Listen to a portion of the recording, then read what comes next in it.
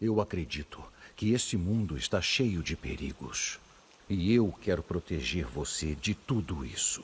Simplesmente porque dentro de mim também está o mesmo impulso desses tais perigos. Ichigo Kurosaki é com certeza um dos melhores protagonistas de todos os tempos e o mais maduro do Big Three. Hoje eu trago aqui pra vocês um vídeo gigante desse personagem tão querido. E esse vídeo só foi feito graças à grande ajuda do meu mano Ale, até porque eu também tava lotado de coisa pra fazer nesse final do ano e também tava cheio de vídeo como o último especial do Naruto. Então, se inscreve aí no canal, deixa o likezinho e não se esquece de comentar a sua parte favorita desse vídeo. Um salve a todos os meus membros, vocês são demais e agora bora pro vídeo. Vamos começar falando pela história básica do Ichigo, o clássico feijão com arroz. Ichigo nasceu um tempo depois dos eventos de Everything But The Rain, sendo o primeiro filho de Masaki com Isshin. Desde o nascimento, Ichigo tinha uma alma diferente dos outros, já que ele é um amálgama de diferentes raças em um só corpo. Na obra, ele é canonicamente considerado um Gemisht, que em alemão significa mestiço, e na história se trata basicamente de um Quincy que teve sua linhagem misturada com outra, que no caso seria o corpo humano de Isshin. Sua mãe Masaki era Quincy, uma Quincy de linhagem pura, inclusive, e que teve o relacionamento com o corpo humano de um Shinigami. Depois disso, o Hollow que habitava o corpo de Masaki passou para Ichigo, juntamente dos poderes de Shinigami de Isshin, que a protegia. E no começo, Ichigo vivia uma vida muito tranquila, principalmente após o nascimento de suas duas irmãs, a Karin e a Yuzu. O Ichigo era uma criança chorona e extremamente carente de uma figura materna. A Masaki era a única que conseguia acalmá-lo quando ele estava frustrado e ele a enxergava como o sol de sua vida, assim como o Isshin. Ela era o centro daquela família. E a Tatsuki diz para Orihime que no passado ele apanhava muito na aula de karatê e sempre chorava por isso, mas sempre sorria quando a mãe dele vinha o buscar. Mas tudo muda no fatídico dia 17/6, o dia em que ele perdeu a própria mãe e também recebeu o maior peso de sua infância.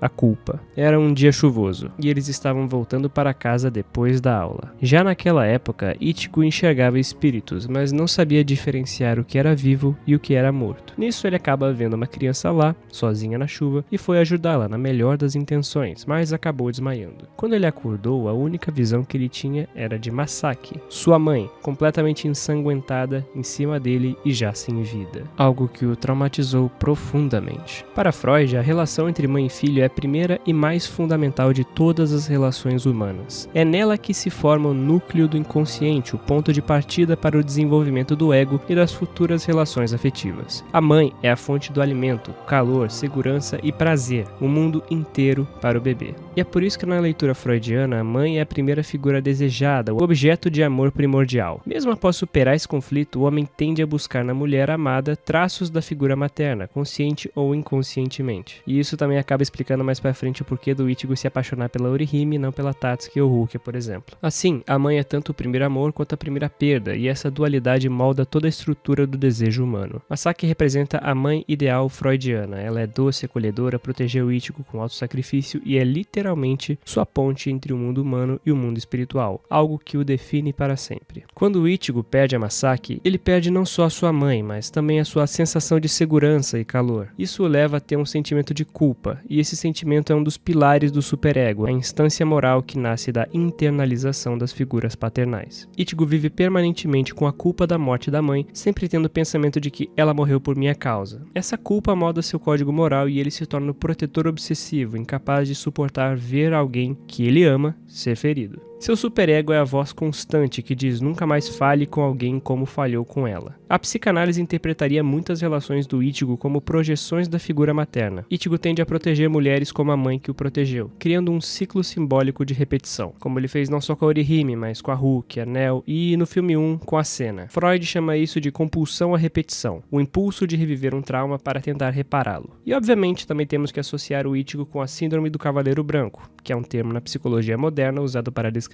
pessoas que sentem necessidade compulsiva de salvar os outros, seja de maneira emocional, física ou moral. Elas enxergam no ato de salvar um sentido de valor pessoal e costumam ser empáticas, mas emocionalmente feridas muitas vezes. Buscar reparar algo dentro de si através dos outros. E toda essa culpa e noção de proteção de Ichigo também é algo que faz ele ter empatia com todos os principais antagonistas da obra, assim criando paralelos tangíveis com os mesmos. Quando Byakuya antagoniza o arco da Soul Society, o paralelo dele com o Ichigo é sobre proteção acima da lei. O que é mais importante? Qual é a prioridade? Tudo isso é posto em xeque. Ichigo, assim como Byakuya, também tem irmãs e consegue entender o ponto do personagem, mas nem de longe concorda com priorizar a promessa de proteger a legislação acima da vida de seus entes queridos. Quando entra no caso de Aizen, a empatia de Ichigo faz ele ser capaz de entender a solidão da espada de Aizen e, novamente, existe um paralelo narrativo entre Ichigo proteger o status quo e Aizen querer quebrar tudo, tentando revolucionar o próprio plano real e espiritual. Ginjo também acaba sendo facilmente assimilado por Ichigo, já que ele também tinha planos de proteger os seus entes queridos e se voltar contra aqueles que o traíram, como se fosse uma rebelião. Mas o paralelo mais intenso e importante, ao meu ver, é principalmente o de Yurabara com Ichigo, no sentido de que os dois têm muito em comum, mas isso fica para depois. No vídeo da Orihime eu dei um contexto geral do que é o luto e como a personagem o enxerga. O Ichigo, ao contrário da Orihime, vê o luto de uma maneira muito diferente. E já que estamos falando de Freud, vamos usar ele aqui de novo. Freud descreve o luto em seu texto Luto e Melancolia, de 1917, como um processo psíquico natural que ocorre quando o sujeito perde um objeto de amor, seja uma pessoa, uma ideia ou um papel na vida. E esse processo tem 3 fases: o reconhecimento da perda, a retirada da libido e a identificação. Mas se o luto é bloqueado ou negado, a dor não se transforma, ela se fixa, e o indivíduo vive em melancolia, um estado onde a perda nunca é superada, mas repetida de forma inconsciente. Nesse começo, Ichigo nunca superou o luto de Masaki. A morte dela não foi processada, e sim reprimida. Por isso a vida inteira dele é uma tentativa inconsciente de reparar essa perda que ele nunca cicatrizou. Ichigo, criança, se recusa a aceitar a morte da mãe. Ele não chora, não fala sobre o que sente e só se fecha para os outros. Ele é um personagem muito deprimido nesse começo. E isso tudo é um típico mecanismo de defesa da negação, onde a mente recusa a realidade traumática porque ela seria insuportável. Quem não lida com o luto tende a reencenar o trauma repetidamente, tentando inconscientemente mudar o final. Ichigo repete o momento da perda toda vez que alguém é levado de perto dele. Quando a Rukia é capturada na Soul Society, ele revive o desamparo da morte da mãe, precisando das palavras da Orihime para ganhar força e resgatá-la. Quando Orihime é raptada, o processo se repete e ele mergulha de novo na mesma dinâmica de culpa, raiva e autossacrifício. É como se cada pessoa que ele protege fosse uma máscara simbólica da mãe, e a cada resgate fosse uma tentativa de salvá-la novamente, e dessa vez tentando fazer funcionar. Em vez de aceitar a perda, Ichigo a transforma em identidade. Ele é o protetor. Não porque escolheu, mas porque essa é a única forma dele continuar vivendo com o trauma. E tendo uma simbologia de outro aspecto psicológico, agora junguiano, a Masaki representa a mãe arquetípica, a origem e o lar. Sua morte não é só uma tragédia pessoal, mas o momento em que o Ichigo dá início à sua jornada de superação. A cada batalha, ele não está apenas enfrentando inimigos, mas faces do seu próprio luto. O Shinigami é o eu que tenta manter a ordem, a moral diante do caos interno, o balanceador, tanto metaforicamente quanto literalmente. O Hollow é a culpa e o ódio reprimido, deixando seus instintos o controlarem. O humano é o que representa tanto a sua fraqueza, onde ele sente a impotência, quanto o coração, que controla todas as outras almas. É o elo que une tudo que o Ichigo é visto, que nas religiões orientais, como o budismo, relacionam o humano como o mais capaz de obter a iluminação. O Quincy é o desejo de força e controle sobre seu medo da morte. Só quando ele aceita todos esses lados, que é lá no final, no arco da Guerra Sangrenta, que ele acaba aceitando a perda e integrando a dor, o que simboliza o verdadeiro processo de elaboração do luto. Então, resumindo, o Ichigo não vê o luto como se fosse algo a ser superado, não nesse momento. Ele não demonstra a dor pela Masaki no seu cotidiano, mas sim em ações, e cada luta é um ato para manter viva a memória dela. No fundo, o Ichigo não batalha contra o luto, mas o rejeita e transforma em força para proteger sua família. E quando ele finalmente entende que ser forte não é impedir a perda, mas aceitá-la, aí ele se torna inteiro. Esse é um resumo do personagem do Ichigo. E agora, vamos falar sobre o primeiro poema. Nós, por não termos forma, tememos. No poema inicial, a expressão Sugatanaki significa literalmente sem aparência ou sem corpo visível. Isso pode se referir a entidades espirituais, ideias abstratas ou até partes de nós mesmos, que não têm forma física, como emoções, memórias ou consciência. Já o próprio Osoreru é temer, mas com a nuance de reverência e respeito ao sagrado, diferente de um medo comum, que é Kowai.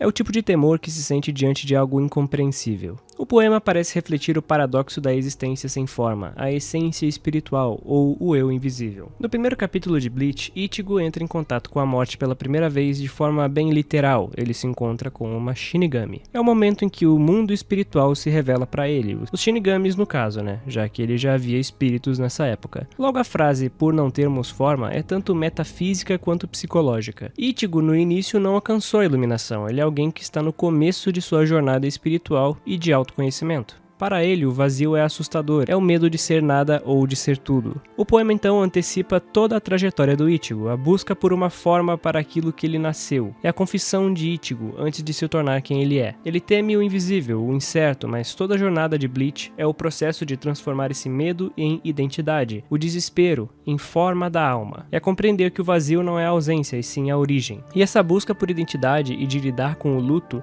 é o que faz o Ichigo ser, na minha opinião, o protagonista mais maduro e humano do Big Tree. Esse é o primeiro poema de Bleach, aquele que abre a história, e o Kubo usa esses poemas iniciais de cada volume como reflexões internas dos personagens e sua visão de mundo de forma indireta. Indo um pouco sobre a parte do Ichigo como protagonista, apesar de várias pessoas não gostarem do personagem por ele não ter um objetivo, entre muitas aspas, como ser Hokage ou Rei dos Piratas, ele, antes de querer alguma coisa, primeiro busca saber o que ele é e deseja proteger quem ele ama. Enquanto os outros protagonistas, como Luffy e o Naruto, são movidos por sonhos e ambições, Ichigo é impulsionado por algo muito mais íntimo, a necessidade de não perder mais do que ele já perdeu. Essa proteção não nasce da força, mas sim do medo da perda. Ele luta porque viu a morte de perto e nunca mais quis se sentir impotente diante dela. Essa vulnerabilidade inicial torna Ichigo o personagem mais emocionalmente realista dentre os grandes protagonistas shonen. Isso no sentido de ser moderno e também tangível. Ele é um garoto aprendendo a ser maduro, tentando manter a compostura e seguindo seu dia a dia, assim como a gente. Ele não é alguém que nasceu para ser especial. Ichigo é alguém que se tornou especial, porque foi forçado a confrontar o que não queria ver, o vazio dentro de si. Ai, Luca, mas ele é especial, ele nasceu sendo a mistura de todas as raças. Sim.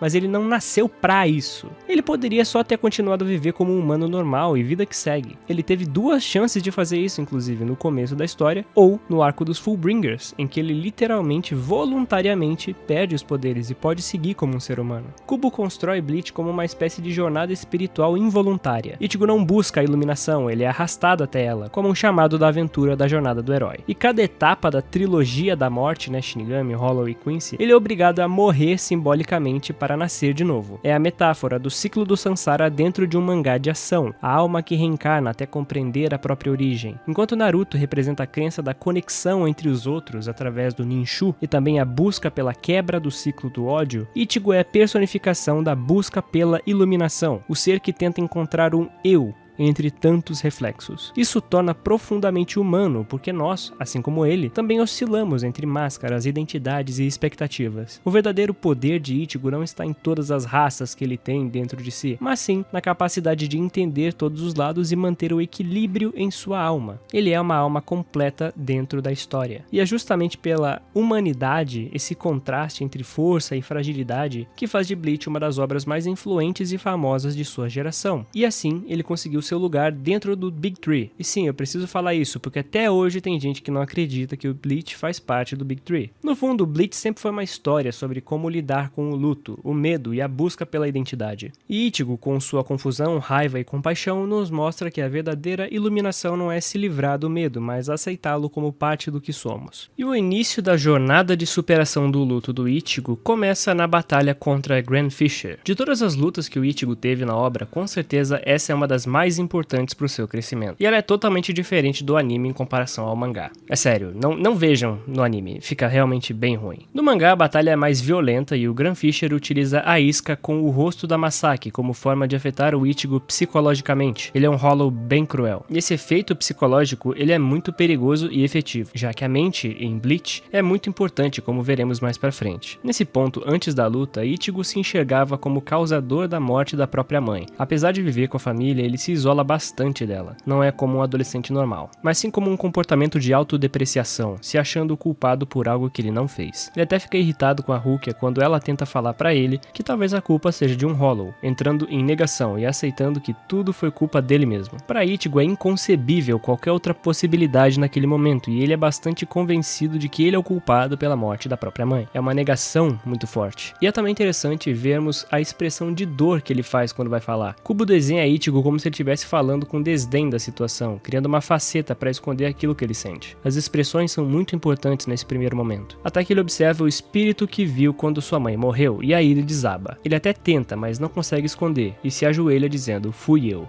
Essa cena de poucos quadros mostra o quanto ele sofre por uma coisa que ele nunca teve controle. É extremamente humano, mas também extremamente inocente. E então, Grunfisher ataca suas irmãs e ele vai lutar contra o Hollow. O Grunfisher é literalmente um monstro que matou a Masaki. Não completamente por mérito dele, né? Como vamos descobrir mais pra frente, graças ao Yurrabarra, mas de forma metafórica, ele representa o trauma do Ichigo de criança e a culpa que o persegue desde então. Ele, por enquanto, é o grande inimigo, é a faceta do mal que matou a Masaki. Pelo menos nesse primeiro momento, tá bom? Quando ele enfrenta o Grunfisher, ele não tá lutando apenas contra um Hollow, mas sim contra a manifestação física de sua culpa infantil. O que o Ichigo quer destruir, no fundo, não é o Hollow, mas a lembrança da sua própria impotência, da sua própria fraqueza, da sua própria culpa. E esse nome não é só estético, sua tradução literal é Grande Pescador. Ele descreve o modo de ataque, a natureza metafórica do Hollow, que lança a isca e captura a alma emocionalmente, e depois a devora.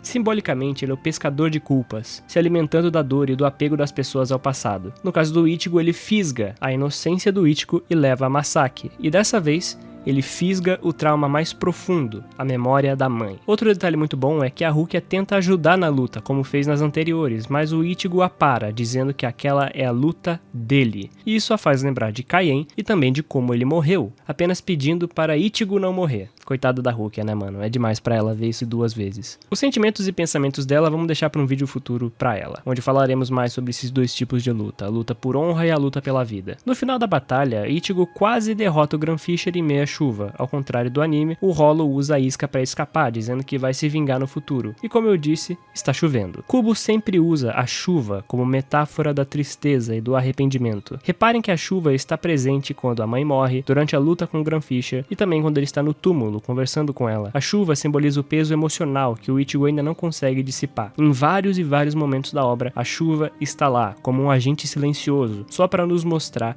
o sofrimento do Ichigo. Somente quando ele, no futuro, aceitar o passado, que o céu se abre. E sobre essa parte do personagem estar ligado com proteção, isso vem diretamente do seu nome. Em Bleach, os nomes são muito importantes, pois revelam algo sobre os personagens, seja sua história ou personalidade. Os nomes em Bleach também têm a relevância pela questão do Ichibei, que é aquele que nomeia tudo, sendo até parte do sistema de poder da obra. E com Ichigo isso não poderia ser diferente. Começando então com seu sobrenome, Kurosaki, é um sobrenome japonês e pode ser traduzido como Kuro, que significa preto, e Saki, que significa cabo ou penhasco. Portanto, o significado literal de Kurosaki pode ser interpretado como penhasco preto ou algo parecido com isso. Penhascos geralmente simbolizam limites ou fronteiras, tanto físicas quanto espirituais, então Kurosaki pode ser interpretado como um nome que combina perfeitamente com um personagem que vive entre o mundo dos vivos e dos mortos. Agora seu nome Ichi significa único ou primeiro, né? E Go significa proteger, defender. O nome Ichigo pode ser interpretado como aquele que protege ou um protetor. Além disso, Ichigo é também como os japoneses dizem morango, e o personagem às vezes é chamado disso como forma de trocadilho. Isso acontece em alguns momentos e também em alguns títulos, como a morte e o morango, fazendo a alusão inicial de Ichigo e Rukia. E também dá pra fazer a brincadeira com o Gorawase e formar o número 15, já que Ichi é 1 e Go é 5. E o protagonista faz aniversário justamente no dia 15 de julho, fazendo várias referências, principalmente às suas roupas e na porta do seu quarto. Direto e reto ele usa roupas com o número 15. Então só pela tradução de seu nome já se persegue que o Ichigo se trata, mais uma vez, daquele que quer proteger todo mundo que ele ama. Tá, isso tá começando a ficar um pouco repetitivo. E quando o Ichigo está no túmulo pedindo desculpas para sua mãe, Ishin chega para perturbar ele como sempre. A relação dos dois com certeza é uma das melhores de pai e filho dos mangás. Até porque a gente também não tem muitas, né, já que a maioria dos pais morre ou deserda o filho. Mas eu já falei bastante sobre essa relação deles no vídeo do próprio Ishin, Mas vendo pelo ponto de vista do Ichigo, essa cena se torna ainda mais impactante. Eu gosto principalmente de pensar que o Ichigo poderia tomar qualquer rumo. Ele poderia talvez ir pelo rumo do Aizen, talvez ir pelo rumo do próprio Yurabara, de não querer lidar com a dor e querer destruir tanto a vida quanto a morte. Mas não, graças ao direcionamento do seu pai, o Ichigo consegue ter ali um guia muito sábio. E ele tá lá tentando manter a compostura até ver o pai fumando, e o Ishin começa a explicar o porquê dele fumar na frente do túmulo. Esse é um bom momento de desabafo, tanto do Ichigo quanto do Ishin, mas principalmente do Ichigo, porque ele quer entender por que ninguém culpa ele. Ele não compreende, já que na sua visão foi ele que tirou o sol da família, e ele acredita que todo mundo deveria ter raiva dele por causa disso. Mas o Ishin fala em tom sarcástico que a Masaki ficaria brava se ouvisse ele dizer essas coisas, e fala que obviamente não foi culpa do Ichigo. Essa conversa de pai e filha não é apenas um momento de conforto, também é o ponto de virada que define quem o Ichigo será pelo resto da história. Ele não recebe uma lição sobre vingança, nem sobre força ou o que fazer com o poder. O que o Ishin ensina é como viver com a dor sem deixar que ela te consuma, e isso simplesmente muda tudo. Ichigo entende que a tristeza não é um fardo a ser descartado, mas um lembrete do que vale a pena proteger. Ele para de lutar só para querer provar algo e começa a lutar porque ele quer. E é aí que nasce o verdadeiro Ichigo. Não o Shinigami substituto, mas a pessoa que aprende a conviver com o sofrimento.